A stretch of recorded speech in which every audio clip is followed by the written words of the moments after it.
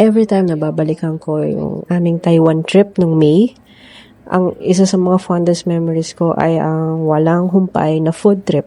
Mapa night market, mapa different restaurants, at sa mga tourist spots, and even from the plane, sa mga airport lounges.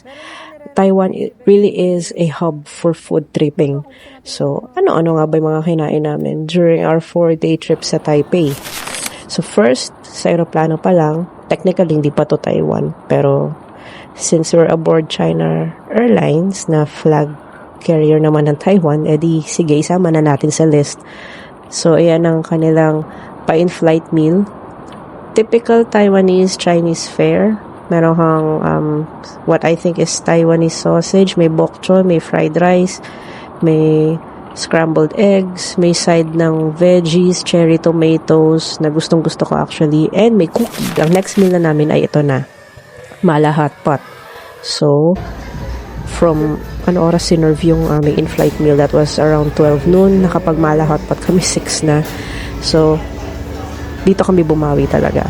Medyo pricey dito sa mala hot pot, pero kumpleto. As in terms of hot pot, yung sabaw, masarap, maanghang.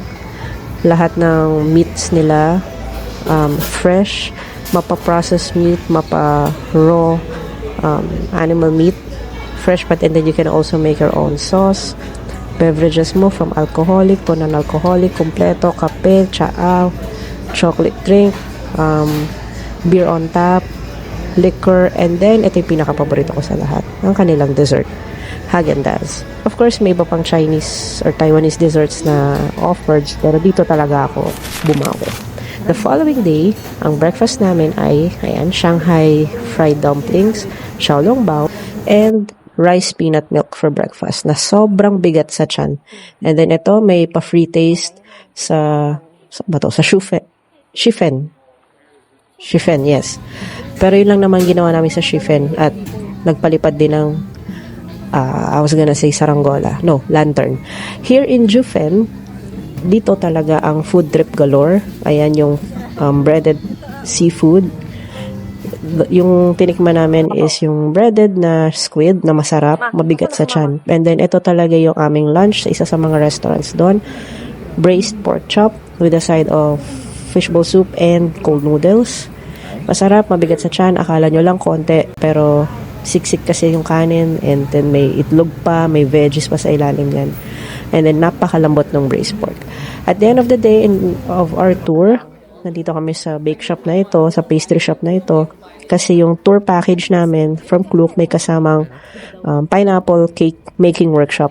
So ayan yung paggawa, may template, and then yung tenga, gagamitin niyo yung kabilang dulo ng tinidor. For the whiskers, gagamitin niyo yung kabilang dulo ng tinidor.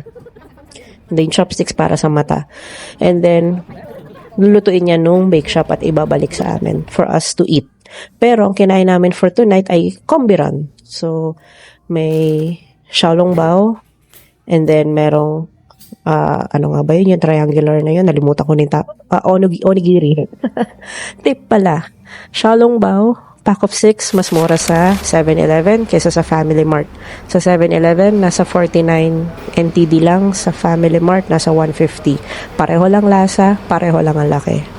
And then, for the following day, yung nakita nyo kanina, doon kami nag-breakfast sa My Warm Day. Hindi na namin naipakita yung aming in-order. Pero ito, after which, nagpunta kami sa Ximending at nakiuso sa uso sa crispy milk donuts. So, in-order namin yung milk and yung salted egg flavor. Pero nag-lunch din kami. Saglit lang, pagitan. Dito, ito, umorder kami ng laksa noodles. And kay hubby, beef noodles. Ito yung beef noodle restaurant sa tapat na Xinfu. At night, diretso kami sa Ningxia Night Market kung saan may gumagalang baboy ramo. And then, ang first sample namin is yung barbecue chicken na masarap, juicy, basta swak na swak din yung seasoning, hindi hilaw, cooked siya through and through. Okay, ang pinili namin seasoning dito ay yung, kung di ako nagkakamali, hot and spicy, which is lagi naman naming default yon for seasoning or flavors. And then itong fire-roasted diced beef, nakita nyo, maikli pa pila niyan. Pero hindi pa kami pumila dyan kasi hinuli namin siya. Kasi pag inuna nyo ang baka, mabubusog kayo agad. So nung nag-decide kaming pumila na, napakahaba na nung pila. Pero madali rin naman yang nag-move. So, ayan, after mga 5 or 10 minutes lang naman, nasa dulo na kami. Kami na yung sinaserve. So, ganyan siya niluluto. Kinakat into pieces ni kuya. And then, para nga naman, kasi bino-blowtorch lang yan. Masarap naman to. Juicy, hindi dry. Parang medium, hindi siya medium rare eh. Well done, but hindi dry.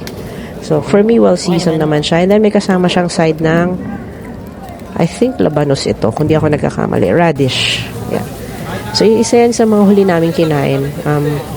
Pero habang nakapila kami doon sa fire-roasted beef, si hubby bumili nitong parang scallion wrap na merong sausage sa loob. And ganitong ginagawa namin. Ipa-isa-isa lang ang binibili namin para hindi kami mabusog, para medyo marami kami matikman. So, ito na. Taste test ulit. Di pa tinamaan yung sausage makes it. So, next is yung famous na oyster omelette na pagkahaba-haba ng pila, pero buti na lang separate yung pila ng dine-in sa takeout. So, nag-place ako ng order, pinabalik ako after 35 minutes, and eto na yon. Hindi siya ganun kalaki for $96. Parang medyo mahal, but para lang matry. And then, nung trinay namin, ako nagustuhan ko yung edges kasi malutong gawa ng omelette and then ng mga vegetables. Pero dahil nag-concentrate yung mga seafood sa gitna, dun umangat yung lansa. Alright. So now, bumalik kami sa bungad ng Ningxia Night Market for the Rujiao or the Chinese burger. Ito isa sa mga nakain na namin to before sa mainland China, sa Xi'an. Actually kasi dun siya nagsimula. Pero dito medyo iba yung bread, iba yung flatbread. Not even sure kung flatbread yung gamit. Pero lahat ng ingredients, pinaprepare sa harap mo, even yung pagluto ng flatbread. So, pag tapos na siya, parang croissant yung texture ng flatbread. Crunchy on the outside, pero, crunchy and flaky on the outside, pero soft siya on the inside. And then, yung minced beef pork pala to, sorry. Punong-puno actually yung tinapay. Okay. So, sulit naman. Medyo pricey pa din for $80. Pricey ba? Kuripot lang ako. Pero masarap siya. In fact, nag-uwi kami ng isa para kay Mother Dear.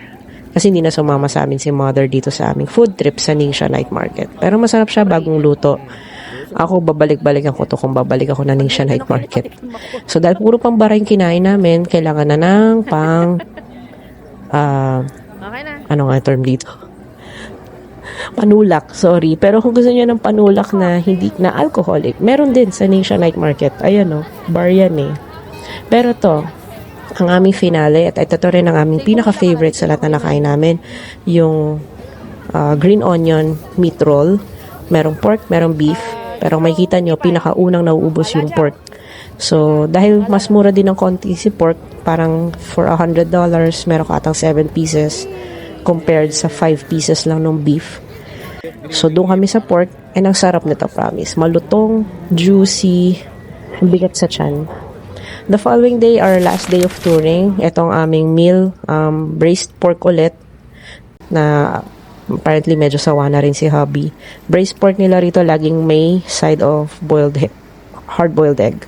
So, dito sa Maokong Station, kasi nag-Maokong Gondola na kami, diyan kami nag-lunch. Hindi ko na lang na-videohan kung saan kami exactly nag-lunch, pero ang lunch namin are Taiwanese barbecue. Pork and other food fare na barbecue. Version nila ng barbecue. Before we flew back to Manila, nag-Plaza Premier Lounge muna kami as perks ng aming credit card. So, ayan ang meron sa Plaza Premier Lounge sa Taoyuan Airport.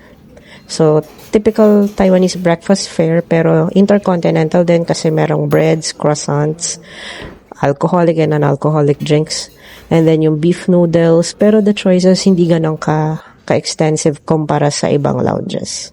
So, that's it.